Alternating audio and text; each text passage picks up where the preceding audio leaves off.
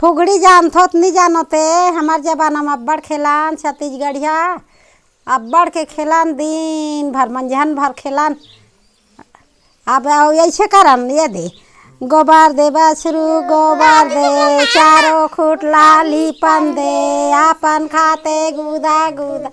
ला दे थे बीजा ओ बीजल का करूँ रही जहूती जाती जग बिहान दी सरी सरी लुगरा है दे भौजी का पाट के खिल एक गोड़ में लाल भाजी एक गोड़ में कपूर कतेक ला मानो देवर ससुर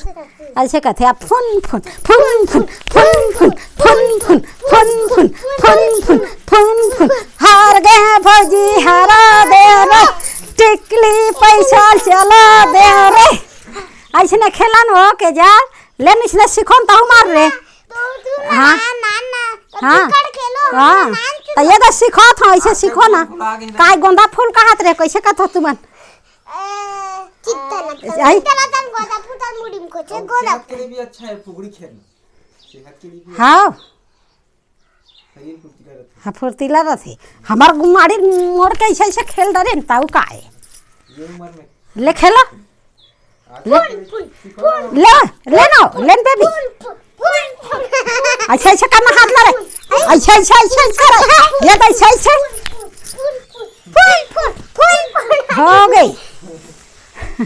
तुमन तो खेलो नहीं बन गोल